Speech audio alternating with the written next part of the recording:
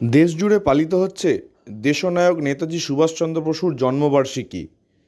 নেতাজির জন্মবার্ষিকী উপলক্ষে মঙ্গলবার উলুবেড়িয়া ১ নম্বর ব্লকের মহাদেবপুর বিজয়ী সংঘ নামক একটি সংগঠনের উদ্যোগে অনুষ্ঠিত হলো রক্তদান শিবির। রক্তদান শিবিরে উপস্থিত ছিলেন রাজ্যের মন্ত্রী পুলক রায়, হাওড়া জেলা পরিষদের সভাধিপতি কাবেরী দাস, হীরাপুর গ্রাম পঞ্চায়েতের প্রধান উত্তম মাইতি, সমাজকর্মী সেলিম মোল্লা সহ অন্যান্যরা।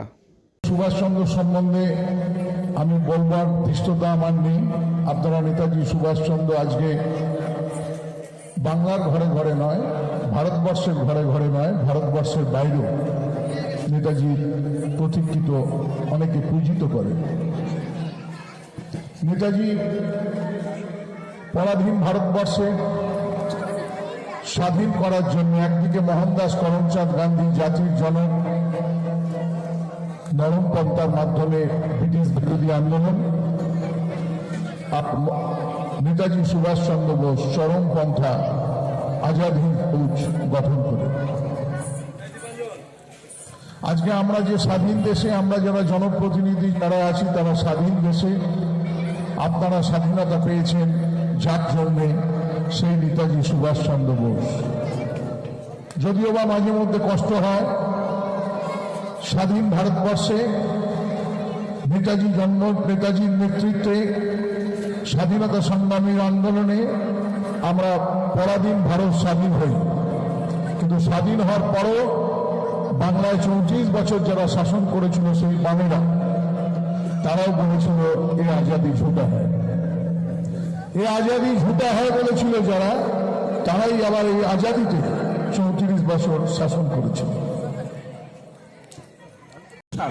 গৌতম না থাকলে আমার মনে হয়, গৌতম শুধু একা নয়, সঙ্গে আরও থাকতে হয়, কিন্তু গৌতমই মেন উদ্যোক্তা। আর সবচেয়ে বড় কথা ওর হাসি মুখ। আমি কি আচ্ছা ওর হাসি মুখটা দেখে বলুন তো, আমাকে যখন বলবে আমাকে ওখানে যেতে, আমি না করতে পারবো? ওর হাসি মুখটা দেখুন। পারবো বলতে? পারি না। ও যখন বলবে আমি তখনই আসবো। ডাকুদা বললেন যে আমাদের ভাগ্য এরকম একটা, না তা নয়, পৃথিবীটা গোল, কখন কার সঙ্গে দেখা হবে কেউ বলতে পারে না। আজকে দিদি এখানে পাঠিয়েছেন আপনাদের কাছে, তাই দেখা হচ্ছে। আর এখানে একটা কথা বলবো আমি গৌতমকে, যে এই স্টেজে আমি হয়তো ভালো বলতে পারছি না, কিন্তু আর একটা স্টেজ আছে আমার, সেটা হচ্ছে মাঠ।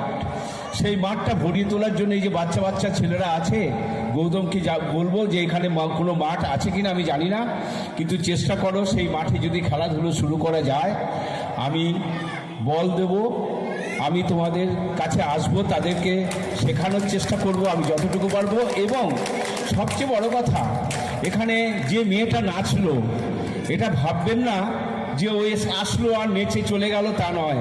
ওর ইচ্ছা, ওর মানসিকতা, ওর সাধনা যেটা আছে, সেই সাধনা করে ওকে আবার এই নাচটাকে ভালো করতে হবে। তার মানে গ্রামেগঞ্জের ছেলেমেয়েরা পারে।